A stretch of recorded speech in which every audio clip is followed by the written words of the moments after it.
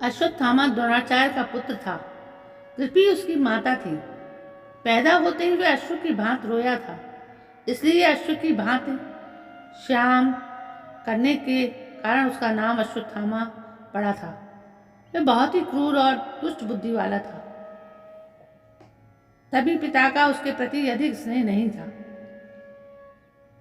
धर्म और न्याय के प्रति उसके हृदय में कभी भी प्रेरणा नहीं होती थी और न वह किसी प्रकार का आतताईपन करने में हिचकता था।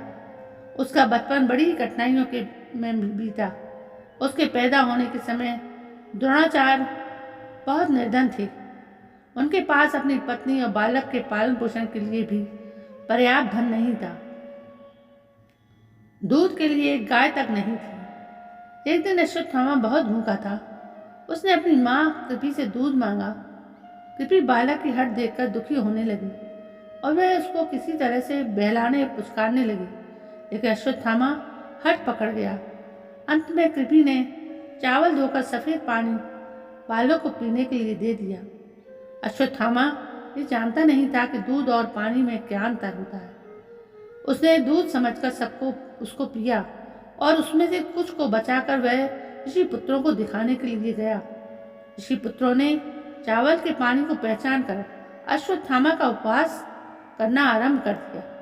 तब अश्वत्थामा को पता लगा माता ने उसे अन्य वस्तु देकर बहका दिया। वह जाकर कृपि की गोद में रोने लगा।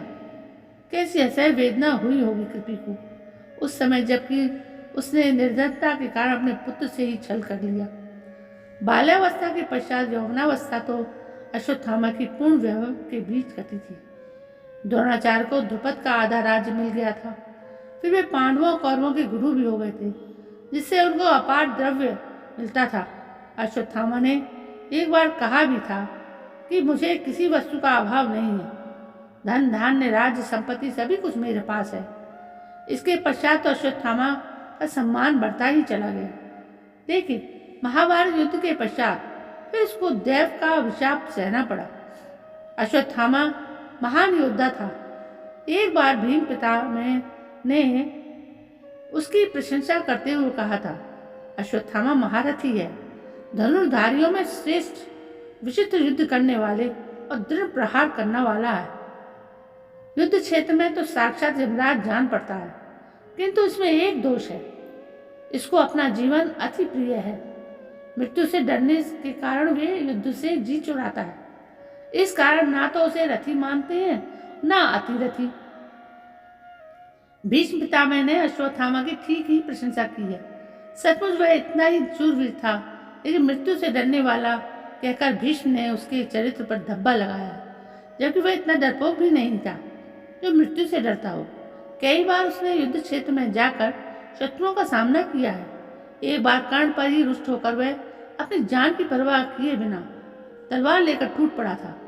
एक समय की बात है, कौरवों ने विराट की नगरी पर आक्रमण करने का विचार किया। उस समय बहुत से अपशकुन होने लगे, जिन्हें देखकर द्रोणाचार्य ने कहा, इस समय हमें युद्ध करने के लिए नहीं जाना चाहिए, क्योंकि लगता है हम अर्जुन को पराजित नहीं कर पाएंगे। अर्जुन की यह प्रशंसा द्रोणाचार्य के मुंह से सुनकर कर्ण के हृदय में आग सी लग गई। जब उससे यह नहीं सहा गया तो उसने द्रोणाचार्य से कटु बातें कहना आरंभ किया और साथ में वह अपनी वीरता का दंभ भी भरने लगा। इस समय अश्वत्थामा ने बिगड़कर सभी कौरवों तथा कर्ण से कहा, निर्दय दुर्योधन के सिवा कौन क्षत्रिय कपट के जुए से राज्य पाकर संतुष्ट हो सकता है? बहेलिये की तरह धोखेबाजी से धन वैभव प्राप्त करके कौन अपनी बढ़ाई चाहेगा? क्या तुम जिन पांडवों का सर्वस्व छीन लिया है, उनको कभी आमने सामने युद्ध में हराया भी है? किस युद्ध में पांडवों को परास्त करके तुमने द्रौपदी को सभा में घसीट लाए थे? कर्ण, तुम आज अपनी वीरता का दम भरते हो। मैं कहता हूँ, अर्जुन बल और पराक्रम में तुमसे कहीं अधिक श्रेष्ठ है। इसके पश्चात फिर वह दुर्योधन की ओर मुड़कर कहने लगा, तुमने जिस प्रकार जुआ खेला, जिस प्रकार द्रौपदी को सभा में घसीट कर लाए और जिस प्रकार इंद्रप्रस्थ का राज्य तुमने हड़प लिया, उसी प्रकार अब अर्जुन का सामना करो। क्षत्रिय धर्म में निपुण चतुर जुआरी तुम्हारा मामा भी आकर अपना पराक्रम दिखाए। कोई भी तुमसे जाकर उस पराक्रमी अर्जुन को से मुकाबला करे, मैं उससे युद्ध नहीं करूंगा। हाँ, विराट अगर युद्ध स्थल में आए तो उसका सामना मैं अवश्य करूँगा। अश्वत्थामा की बातें सुनकर सभी लोग चुप हो गए। ऐसा साहसी और निर्भीक था अश्वत्थामा। भीष्म के अंतिम शब्द उसके चरित्र पर ठीक नहीं उतरते थे। पता नहीं किस अवसर पर भीष्म ने इस प्रकार का निर्णय किया था। एक बार फिर अश्वत्थामा की कर्ण से कहा सुनी हो गई थी।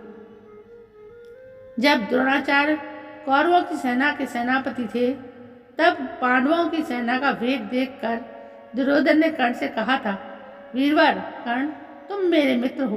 देखो कौरव सेना का किस बुरी तरह से पांडव संहार कर रहे हैं।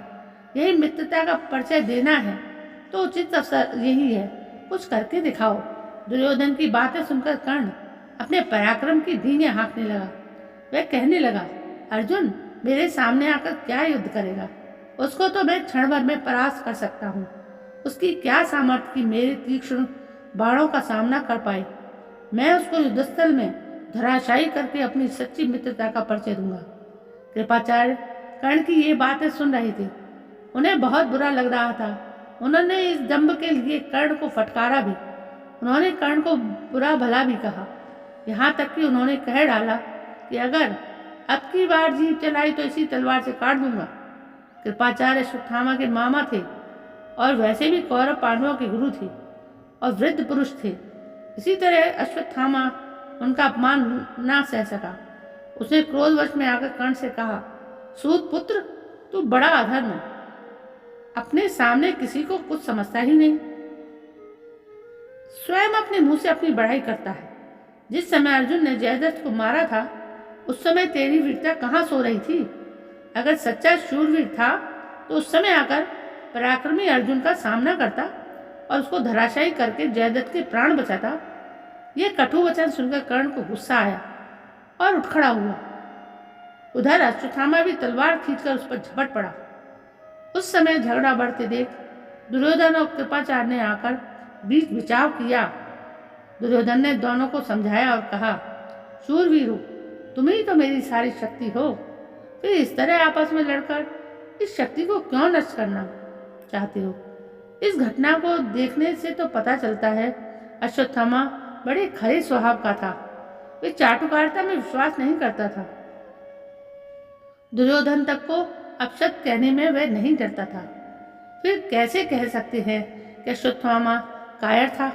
लेकिन बाद में चलकर तो उसने चोरों की तरह इस प्रकार से अतिताई जैसे कर्म किए, उनसे उसकी सारी शूरता पर पानी फिर गया और वह घृणित और क्रूर समझा जाने लगा। तो दोस्तों, ये था अश्वत्थामा कहानी का पार्ट 1। ये कैसा लगा आपको? यदि पसंद आया हो तो प्लीज़ मेरे इस चैनल को सब्सक्राइब जरूर करें। इसका अगला भाग पार्ट 2 में आपको पढ़ने को मिलेगा, ज़रूर पढ़िएगा। मैं कल फिर हाजिर होती हूँ। तब तक के लिए जय हिंद, जय भारत।